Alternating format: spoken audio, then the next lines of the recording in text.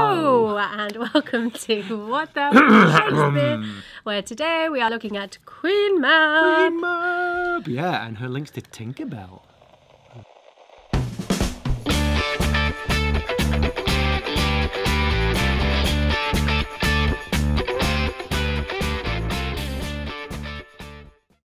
So on this channel we're looking at the text of Romeo and Juliet and the characters and the Scenes, language, how you might stage it, how you might act it, how you might direct it. I can take a few knob jokes here and there, but don't you dare take on Tinkerbell. I mean, what has she done?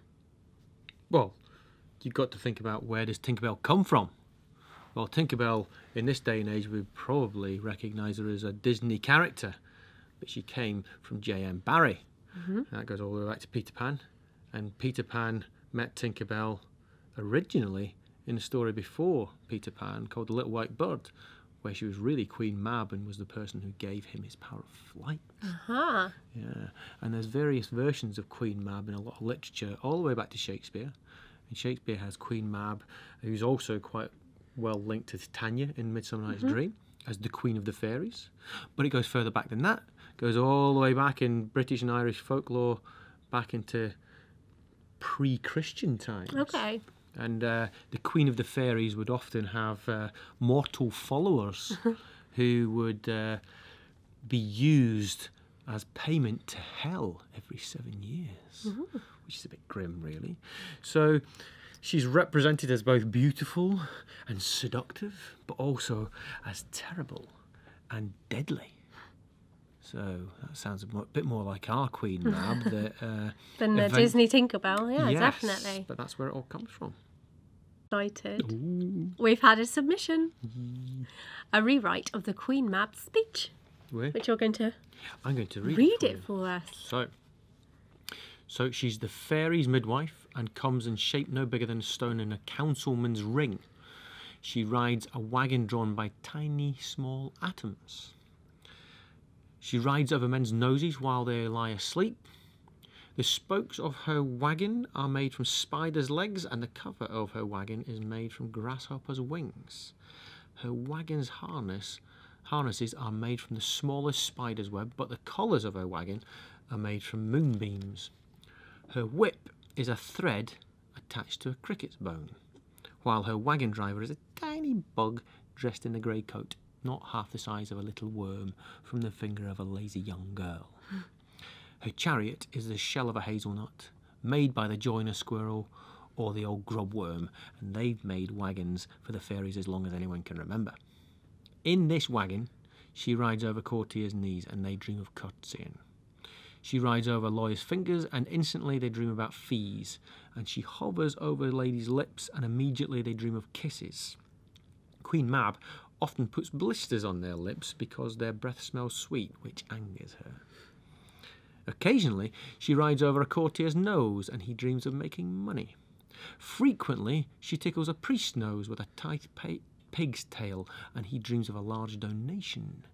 Sometimes she rides over a soldier's neck, and he dreams of cutting the throats of foreign enemies, of breaking down walls, of ambushes, of Spanish swords, and of large cups of liquor.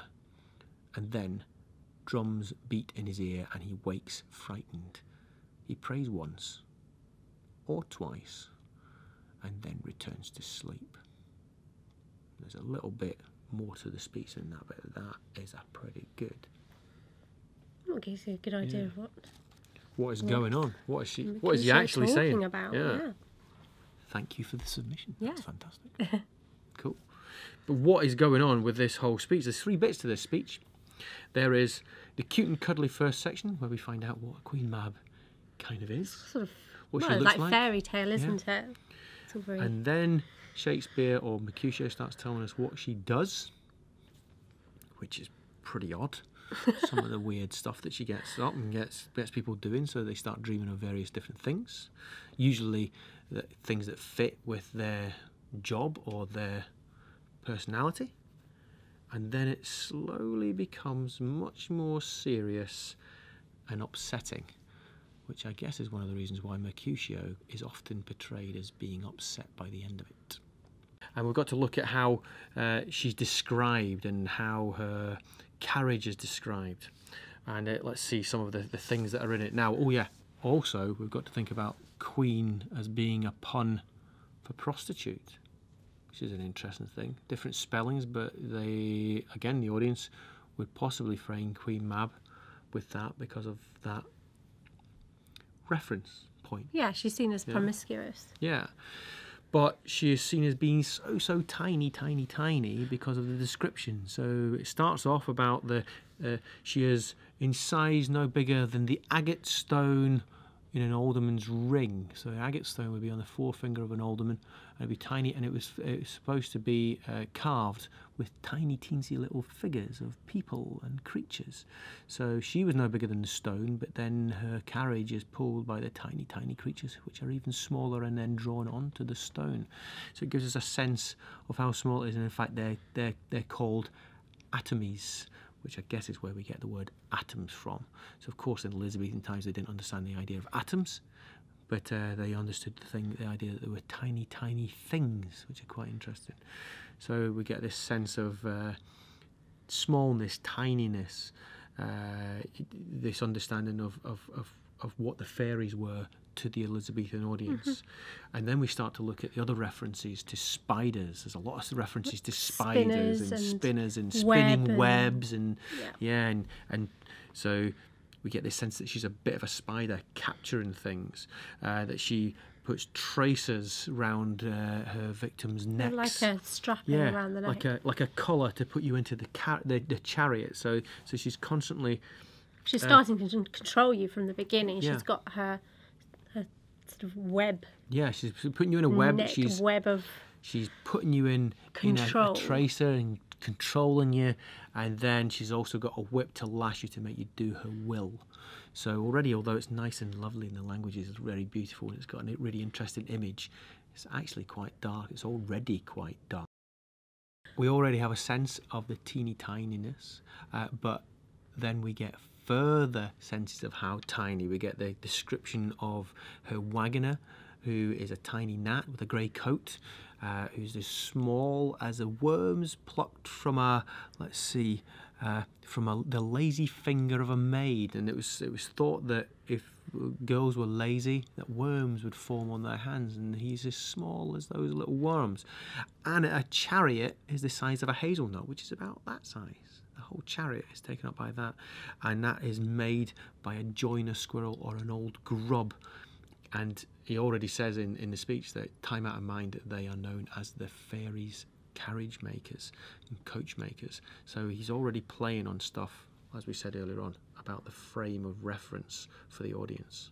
So we've got this small, tiny description which they would all recognise. The audience would all recognise that. We then go into the second section of the speech where we learn what Queen Mab does. And we learn that she creates dreams tailored to dreamers. So lovers will dream of more love, which we can reference back to Romeo and his obsession with Rosaline as he dreams of bigger and more lustful love for her. But he only ends up with it being even more unrequited. So he's even more devastated when it doesn't work out for him.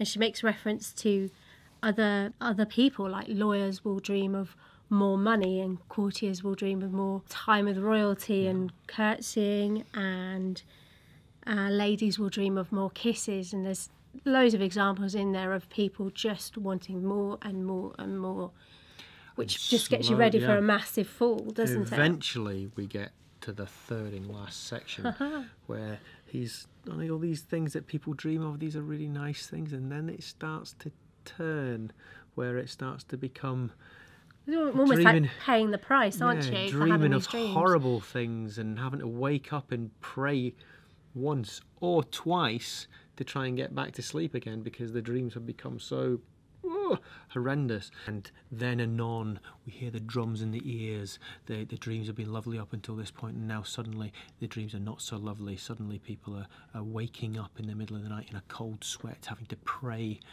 to be able to get back to sleep, pray once or maybe twice to calm themselves down after this horrendous dream. So Mab has gone from being all lovely and nice and sweet and giving you what you want to a point where It's not so nice. It's a bit more nightmarish, and Mercutio is quite clearly saying, be careful, Romeo. Be careful what you wish for. Be careful what you want to dream of. And what you're left with is the hag. Eventually he comes all the way from Tinkerbell, oh, lovely, nice dreams, things that you want, into the nightmare, and suddenly we're in this hag territory.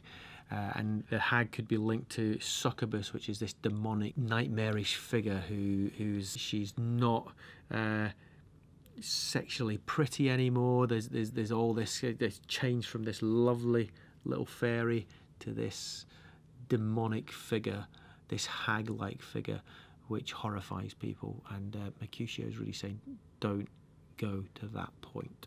Stop before you get there. Now that you've heard this, the parts of the speech and what we've got to say about Queen Mab and the things that she brings. Put your comments below. Yes. Comment. Subscribe. Subscribe. See you later.